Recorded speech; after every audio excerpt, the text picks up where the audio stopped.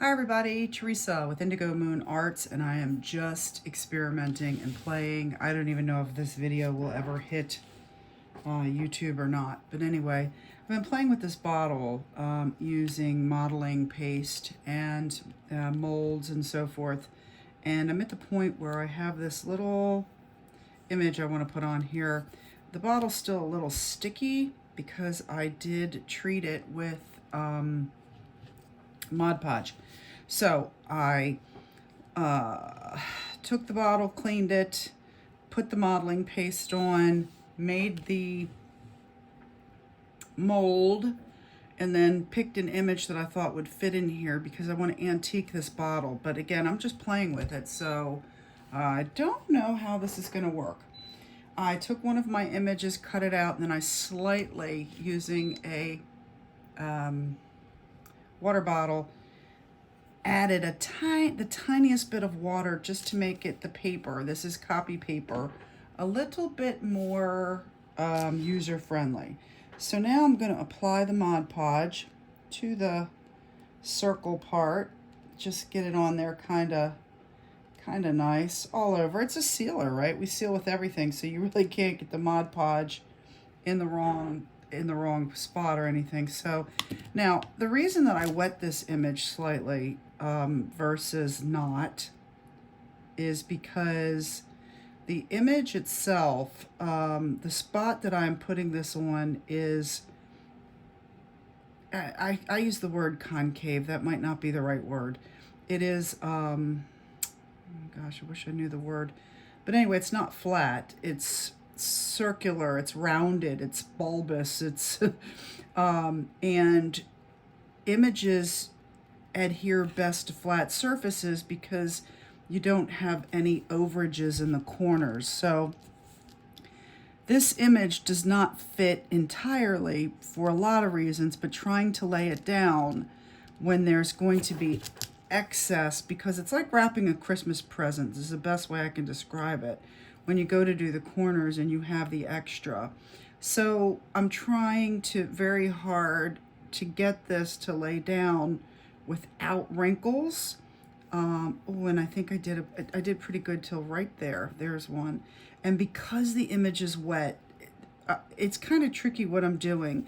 The image has been wet, and that makes it super vulnerable. It is very easy to tear, very easy to take the image off because it's, again, copy paper. So why did I do that? Why? It's like working against myself, right? Well, it is, but at the same time, it's probably the only way that something like this works. Because again, I'm not putting it on a flat surface, I'm putting it on a rounded surface, and I need the image to be slightly more flexible or pliable. When you have the straight up copy paper, it's harder. So by wetting the image, I softened the paper, which allows me to manipulate it better. But again, it creates the problem where you have to be very, very careful in how you handle it, because I could very easily take the image off, knock ink off, do whatever. But I think that's it. So I'm just trying to do the basic, which is lay it down, get it in there. It's one of my own designs. It's a scarab beetle. I love scarab beetles. I just think they're the kind of insect you can really dress up and become pretty. So what I'm going to do now is I'm going to put a very thin base layer of the Mod Podge over this image to protect it, so that when it dries, it is now more sturdy than it was. You can see the tiny bit of wrinkles, and I'm okay with that because it achieved my goal. And sometimes you can't get perfection. What I'm trying to do, it's hard to do that because of all the obstacles. You've got a small image, you've got a rounded surface, you've got a copy paper, which you have to wet. I mean, like, rice paper might work a little bit better in this type of situation, but I didn't have these images on rice paper.